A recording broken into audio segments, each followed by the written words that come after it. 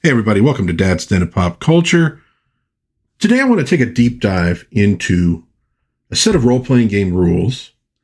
And these are actually the very first Star Trek role-playing game rules. Adventure Gaming and the Final Frontier, written by Michael J. Scott. This cover art by Chastain. And you notice that it's not very Star Trek-y. No Enterprise, no Kirk, no Spock. None of that. Now these were written for use with a line of miniatures done by Heritage Models Incorporated. Copyright 1978, Paramount Pictures Corporation.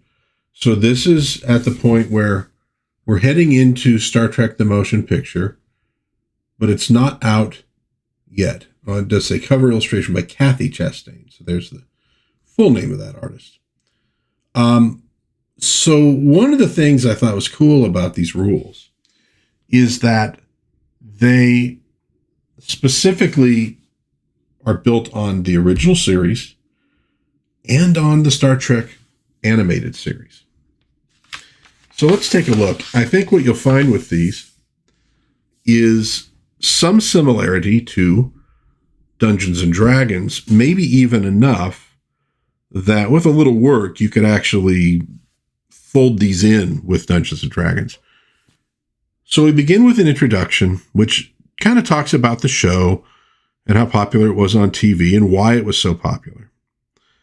And then talks a little bit about the concept of role-playing games. Back in 1978, this was still sort of an important thing to do. Folks weren't used to Dungeons and Dragons yet. It hadn't sort of taken over the world. You got the idea. And you can see how this is laid out. It's not the greatest layout in the world, but again, this was kind of a new world to enter. So first section is on preparation. What you need for play. To play in a Star Trek adventure, each player will need a pencil, some 3x5 cards, and plenty of scratch paper.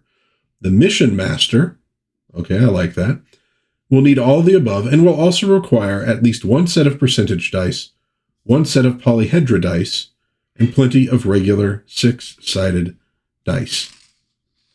Now, the rules start out with what they just call the basic game. I'm trying to get that lighting a little bit improved here. Now, the basic game, it leaves out a little bit about some of what the tricorder can do. They keep it very simple. But I think the biggest difference between the basic game and the advanced rules is that it's designed specifically to use the characters from Star Trek as the characters that you play. And it says here, each player controls one or more characters during a game. It is recommended that a player not control more than one character initially, and if they do control more than one character, that they control one of the prime characters and one of the secondary characters. It would not be fair, for example, for one player to control both Kirk and Spock, but it would be all right for one player to control Kirk and one of the security guards. Okay, and then they go on to explain that each character has 6 abilities, or we could say ability scores, which enable them to function during the game. Each ability is used to show how the character can react to certain stimuli, perform certain tasks, and operate different kinds of equipment. And so these are not completely unfamiliar to what you have, say, in Dungeons and Dragons, in Gamma World. They all go between 3 and 18. So we're talking 3 dice 6. We have strength, dexterity, luck, mentality. Now, so strength, physical power of the character represents how much weight the character can carry and modifies how much damage the character can make with a hand-to-hand blow in combat. It also defines how fast the character can move during a game turn or an action phase. Dexterity combines agility and quickness of the character, and of course gets used in ranged weaponry and things like that and avoiding attacks. Now, luck is more nebulous.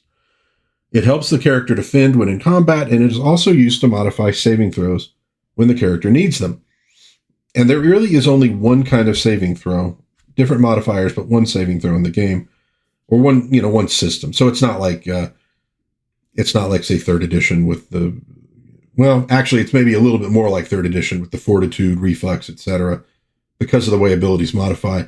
but you don't have the multiple save categories that you have in original D&D, Dragon Breath, Death Ray, etc. Okay.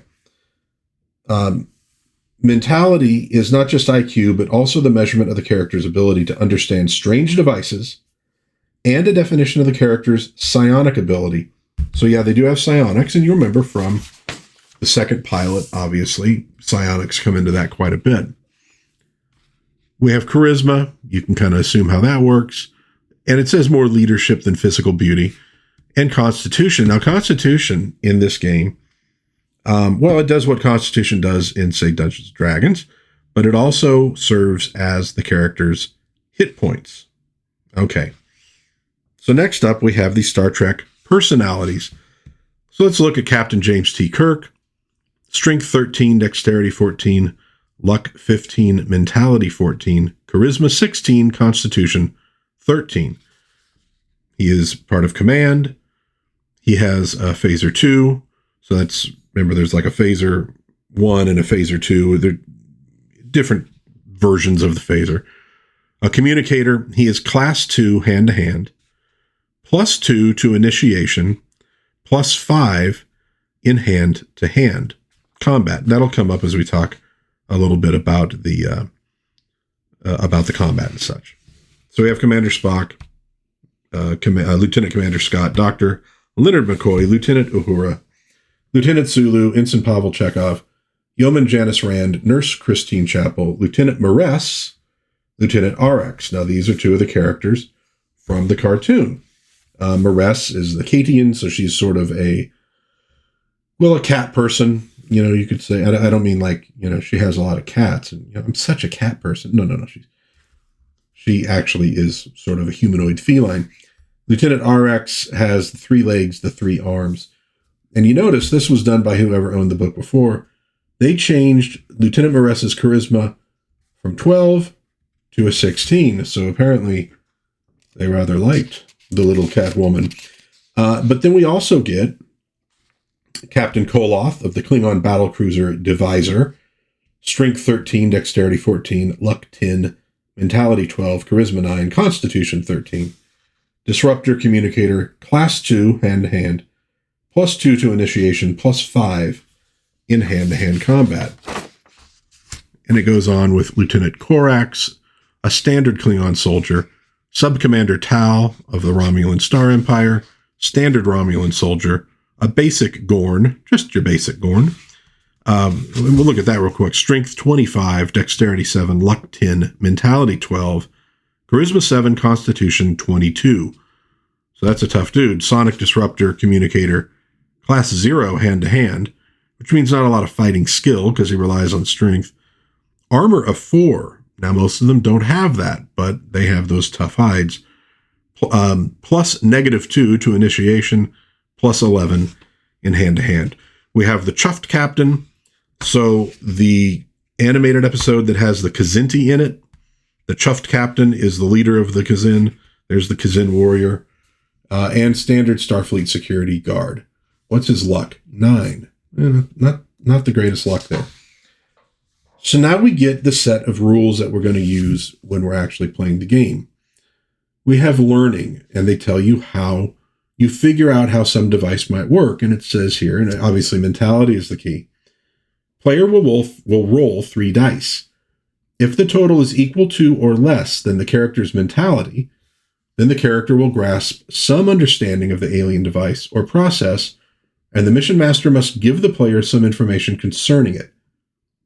I love how things were just left a little bit vague and a little bit easy back in the old days.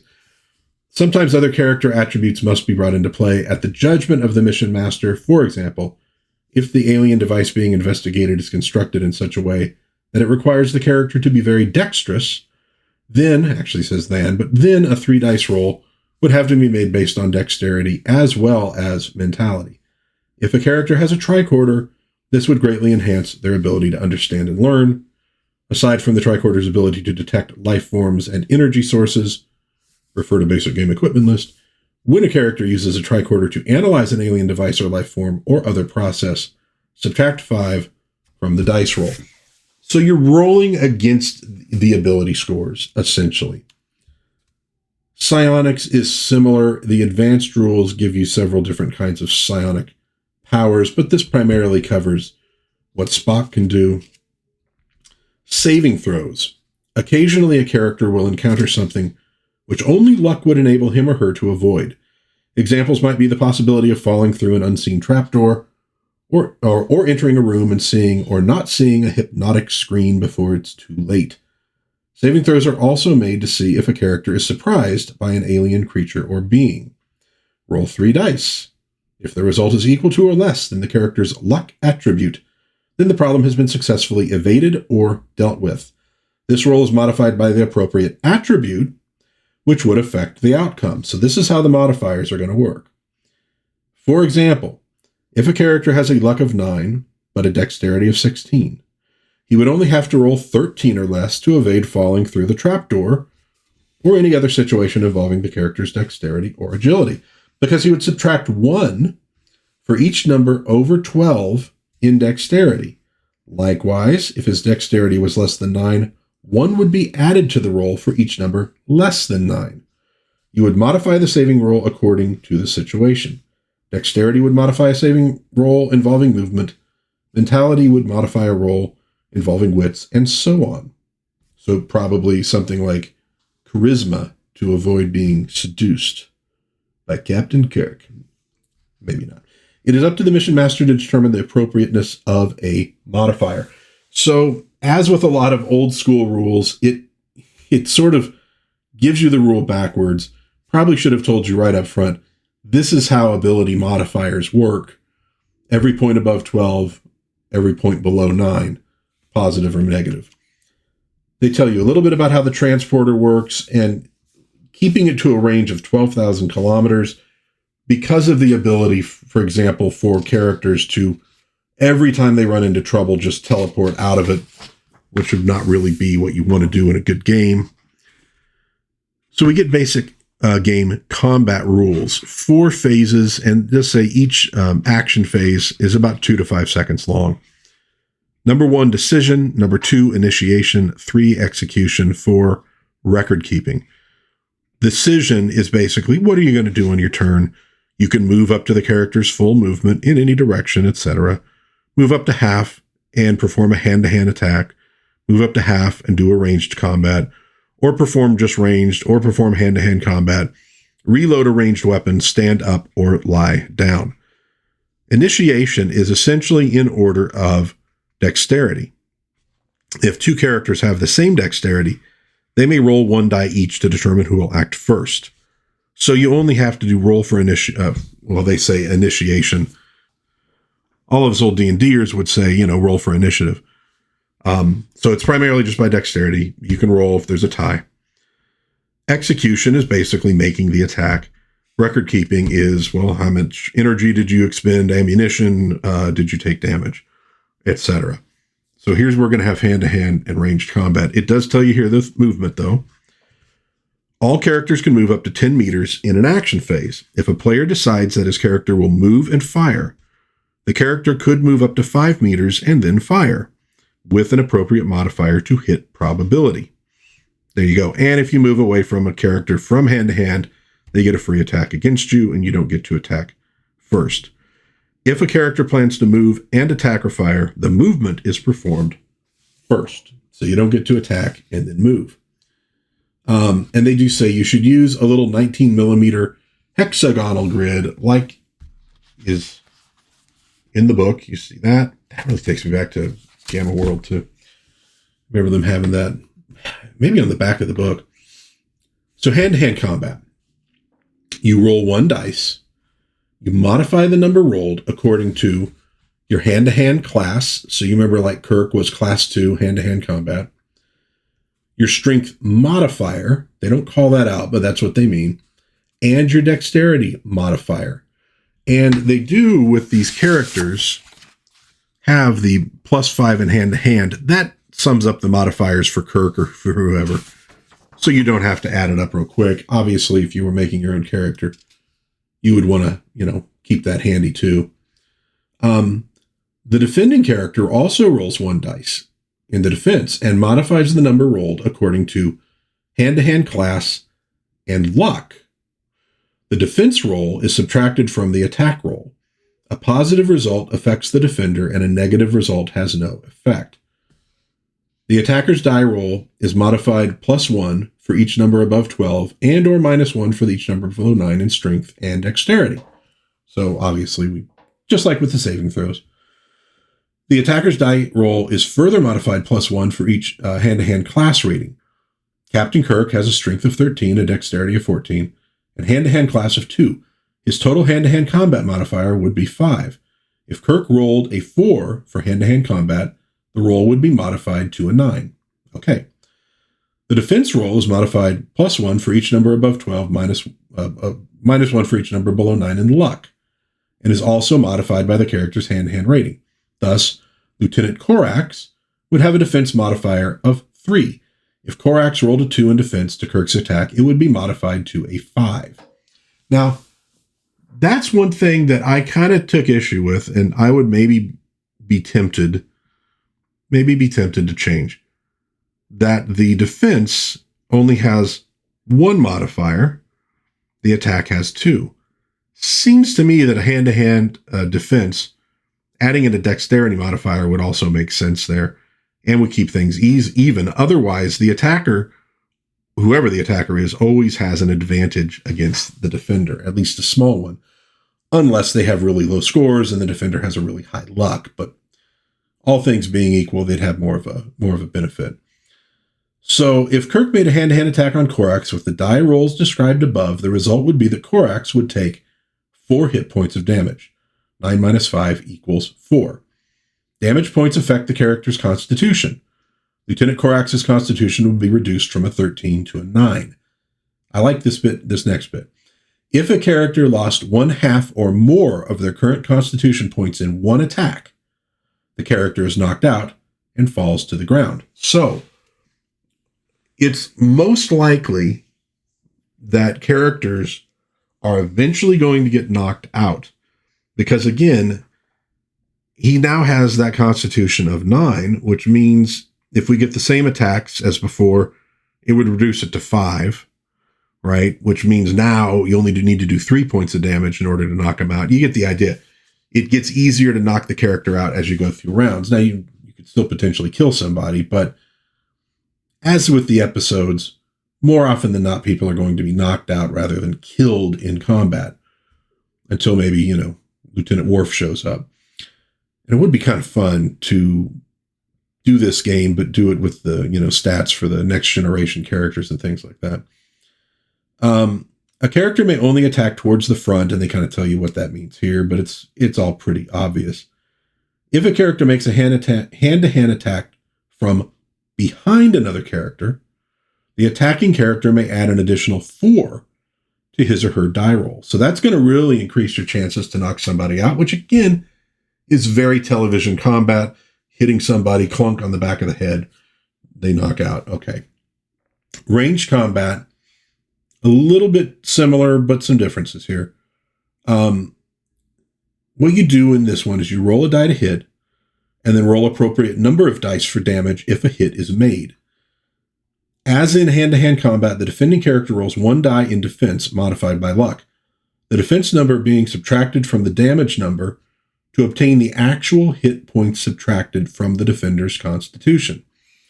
So your chance to hit with ranged weapons is actually based more on the range and what you're attacking with. You're going to roll it. That's going to give you a number you need to roll, I believe, below. They have an example. Lieutenant Sulu fires his phaser 2 at a Klingon soldier 30 meters away. Sulu's dexterity is 14, so a roll of 4 or less, okay, there we go, would be a hit. Player rolls a 3 and a hit is made, blah, blah, blah, blah, blah. If either one is moving, it modifies it. There are a few different modifiers, as you would expect. So then you roll the damage dice, and the defending Klingon would roll a dice plus his luck. And so he's going to reduce the damage done by whatever that number is, which I think is kind of clever. So in this case, Sulu's phaser is set on disrupt. And since 30 meters is medium range, 2 dice are rolled resulting in an 8. The Klingon soldier's roll is a 4, which is not further modified because the Klingon's luck is 10. The Klingon would take 4 points of damage, 8 minus 4, and his constitution would be reduced from a 13 to a 9. Negative numbers would have no effect. If the damage done was 1/2 or more of the defender's current constitution, the defender passes out from trauma and shock. Okay, so you get the basic idea there. Very simple combat. And here's our hit probability table for ranged weapons. Here's your dexterity, point blank, close range, medium, long, extreme. And you see sort of the range. It's, these old tables, these were hard to set up in these old books. It would look a lot better now, even if you were just using like Microsoft Word. And then we have modifiers to die roll, attacker moving, defender partially hidden, darkness, attacker being fired at. So if you're attacking while you're also being attacked, it makes it harder for you to hit. Here are the weapons. Phaser 1, stun, disrupt, dematerialize. Phaser 2, stun, disrupt, dematerialize. Disruptor and sonic disruptor. Tells you how many energy or shots they have, the maximum range, and the dice of damage at each range. So at point blank, at close, etc. You get the idea. The record-keeping phase is where you mark off how many shots you used, mark off constitution that is lost. Creatures in combat. Instead of 6 abilities, creatures only have 1 rating known as an ability rating. In combat, the creature would have 1 die rolled for it, or as many are as called for with a particular creature, and the result would be modified +1 for each number over 12 or -1 for each number under 9 in the creature's ability rating. Thus, a creature with an ability rating of 14 would add 2 to any attacks it made in hand-to-hand combat. The defending character would roll for his or her defense, blah, blah, blah. A creature's AR number is also used to determine initiation. Creatures do not become unconscious when their AR number loses 1/2 or more, but they can be stunned by a phaser on stun setting, just like any character. We have some quick equipment rules: tricorder, communicator, medikit, Klingon Romulan communicator. I like that they call that out because it basically works exactly the same way, and can be used to scan for energy sources the same way as a tricorder, which the other communicator. So actually, they both work exactly the same. And then it kind of gives you an example of playing through a scenario. We won't go through all of that because I'm sure a lot of these folks who are watching this have probably played some role-playing games. Basic game scenario 1, the shuttlecraft crash. And it gives you a key to a map. And what's funny is you're going to get the map for the advanced scenario first. And there's the map for the shuttle crash. So you see it's a hex, letters to mark different spots. There's where the shuttle crashed, and presumably you have to, get to some space that you could probably, hustle away from. The advanced one is the Slaver Ruins. Now, if you have watched the cartoon, or if you are familiar with the Kzin stories, Larry Niven, I believe, the slavers are this ancient species that is long since gone, that once ruled a bunch of the galaxy, maybe most of the galaxy. And they've left behind ruins on all sorts of planets.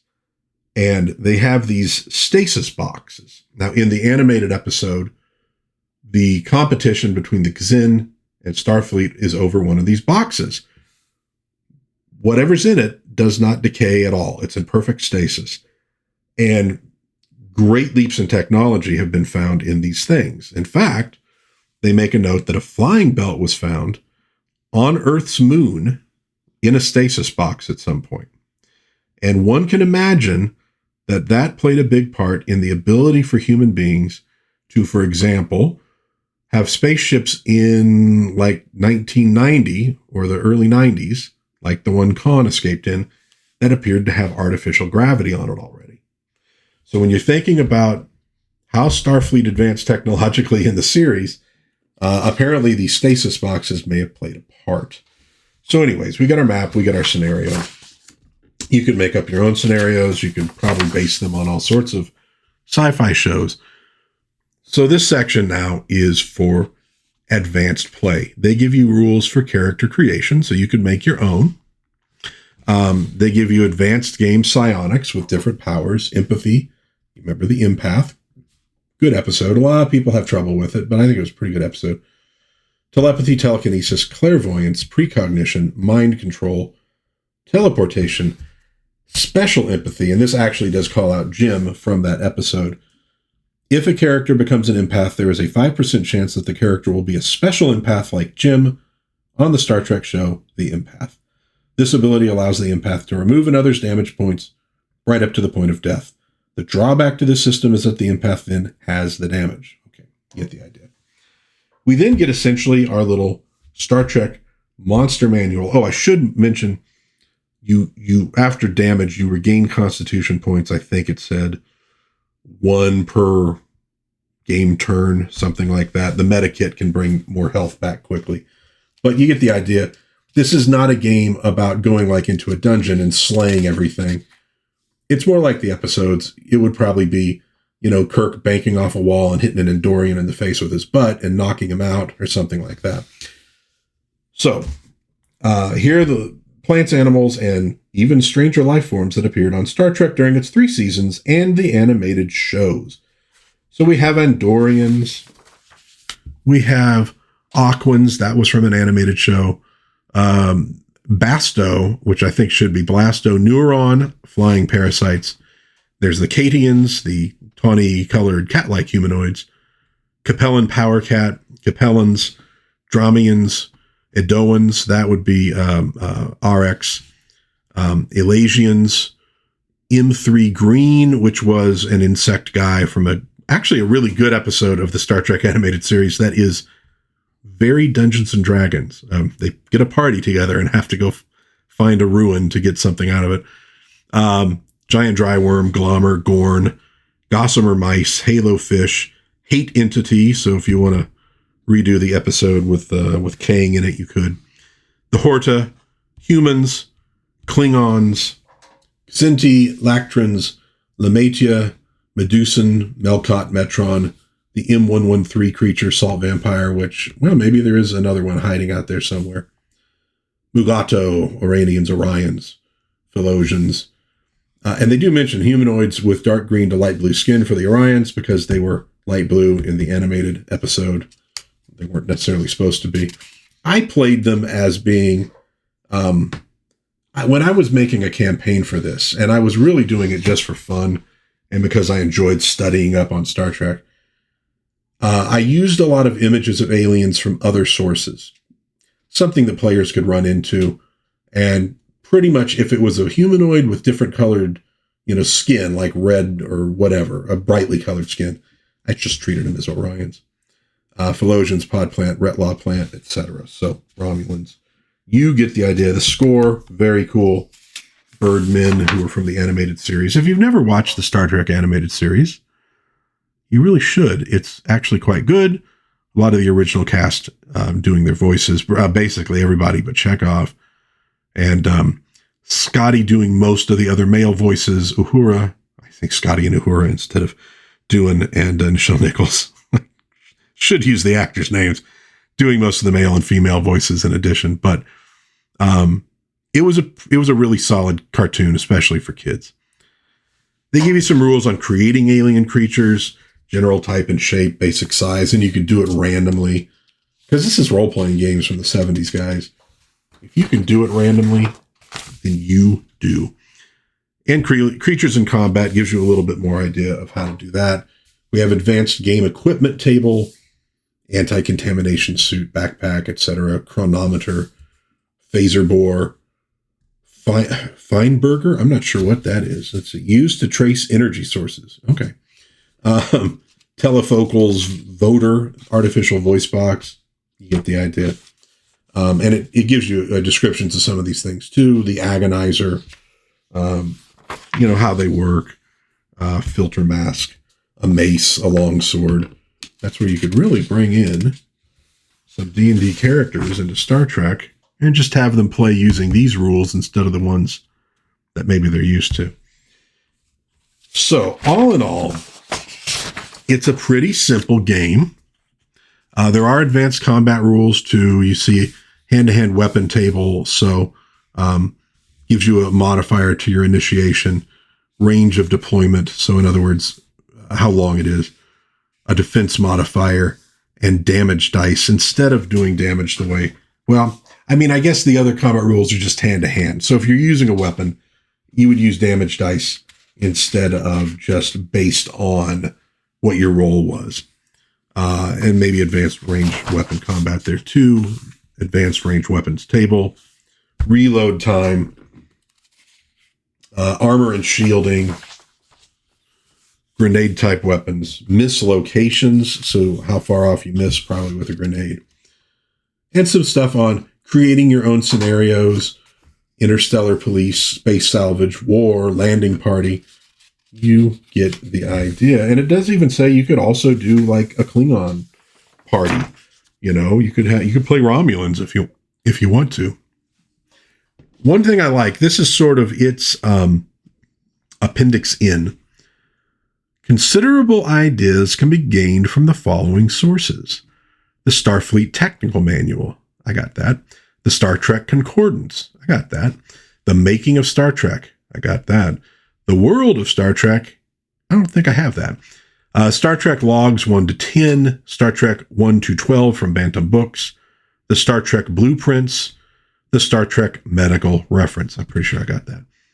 We would like to thank Jeffrey Mandel for his considerable support and for the information provided in his series of Starfleet handbooks, which I want. I have a few of those, and I'd love to collect them all. And at some point, they were all online in PDF, and by the time I found out about it, they were all gone. So, bums me out, but those are really cool. I'm going to show off some of that fan material at some point in some future videos, because it's really fun, and it's interesting, the sort of world of Star Trek before the motion picture came out and before it starts all being very canonized and made sort of legit, when there was a lot of empty spaces for people to explore and make stuff up. Really cool stuff. It also thanks Lou Zocchi, because the game is based on Space Patrol, which is a sci-fi game that he did that I don't have, but I've almost bought it a couple times. But since this is based on that, you can use it to, you can use the two rules together. We get some notes to the mission master, just some basic like DM advice that you would get. We get the Star Trek catalog of 75 millimeter collector figurines. And I do actually have a few. I bought the set of, basically they were like Starfleet foot soldiers. Like, I guess they could even be security guards, but they got the little helmet. They got like a phaser rifle, little backpack there. There's quite a few. This guy kind of reminds me of the old little green army man, that was like the officer, because he's got, I guess, basically a phaser. It looks a little different from a phaser, to be honest with you. But these are like heavy troopers, something you don't actually ever get to see in the series. Here's one with like a, the equivalent of like a heavy machine gun. So the miniature rules were, to some degree, designed for Star Trek wargaming, but not really with masses of troops, more like squad level combat. But in the sets, there was one like with Captain Kirk, his yeoman, Scotty and Sulu, another one, Mr. Spock, McCoy, Uhura, and dioramic nameplate. But you had like Federation crew, Romulan crew, Klingon crew, Gorn soldiers, Aquans of Argo, the Dramians, giant androids, Philosians, the Andorians, the Score, Telosians, etc. Now, I one time found a web page where a guy had painted a lot of these. It was a long time ago. It might still be out there. And here is your index and a grid paper if you happen to need it. So I was really, really enchanted when I got this book. I had seen mention of this game on one of the old game blogs, and I can't remember which one it was. So I went looking on eBay and I found one, and I found one at a very good price. Now, if you go to eBay right now, you will find a couple of them that are listed for $250. How the price of these things could have gone up that much in so short a time, I don't know. We're talking maybe 7 or 8 years to go from, I think I probably paid maybe $20 or $25 to go up to that. It's pretty impressive. I think those have been on eBay for a long time. I don't think anybody's going to pay that. But what I liked is it's very rules light. I liked that it included the animated series because I really love the Star Trek animated series. But it was just that rules light aspect. I thought, man, like you could be free as a DM or a mission master, an MM, to just let your imagination go, get some friends together. You're not going to spend all day on the rules or arguing over stuff. It's pretty straightforward. You could play out Star Trek scenarios and just have a good time. Now, I have seen one addition to the rules in an issue, I want to say, of Different Worlds. Very fun, actually, because they're rules for essentially seduction. So, and it's not in a creepy way, but the idea that when one of the player characters comes into a room, a la a Captain Kirk, it's possible that somebody, and I think they put it like who would be attracted to that, sex, that gender of the opposing party might become sort of enraptured by them. And that could play out in the scenario. I thought that was very clever because it does harken back to the TV episodes and could happen like, Kirk and security guys go into a room and you have a female Romulan there who is very fetching. Maybe one of the security guys, could kind of fall for her and could therefore become, an obstacle to Kirk and what he's trying to do. The only other thing I've seen that added to this was actually on my old game blog, The Land of Nod, and it's still up there and out there, where I had just put together some stats for some of the alien species in Star Trek, the motion picture. Nothing real fancy, but you could find that out there too. So Star Trek Adventure Gaming in the Final Frontier. It's a really fun little game. If you can find a copy for well less than $250, it's worth it. I would really not suggest you pay $250 for this because, as you can see, it's fairly thin, and I've read a good portion of the rules to you. This is in high def, so maybe you could, take a freeze frame of some of the tables, and you pretty much have an idea of how the game works. But kind of a cool piece of history, though, as well, because it is the first Star Trek role-playing game ever made. FASA would come some years later, and obviously the much better known role-playing game for Star Trek. I remember seeing ads for those rules and supplements and miniatures, especially the ship miniatures in Dragon magazine. And boy, did I want those, but I never did get any of them. But as it is, I'm pretty happy with this one. So let me know what you think in the comments. Maybe if you've actually played this game, if you own it, if you have some questions about it, I'd be happy to answer them. Put that in the comments if you enjoyed this little deep dive into Star Trek Adventure Gaming in the Final Frontier. Give it a like. Maybe think of subscribing to the channel. I do review other games as well and lots of other pop culture. But maybe subscribe, maybe share with a friend. But until next time, God bless everybody. Please be kind to one another. Have a little bit of fun out there, and I will see you hopefully again soon in Dad's Den of Pop Culture. Live long and prosper.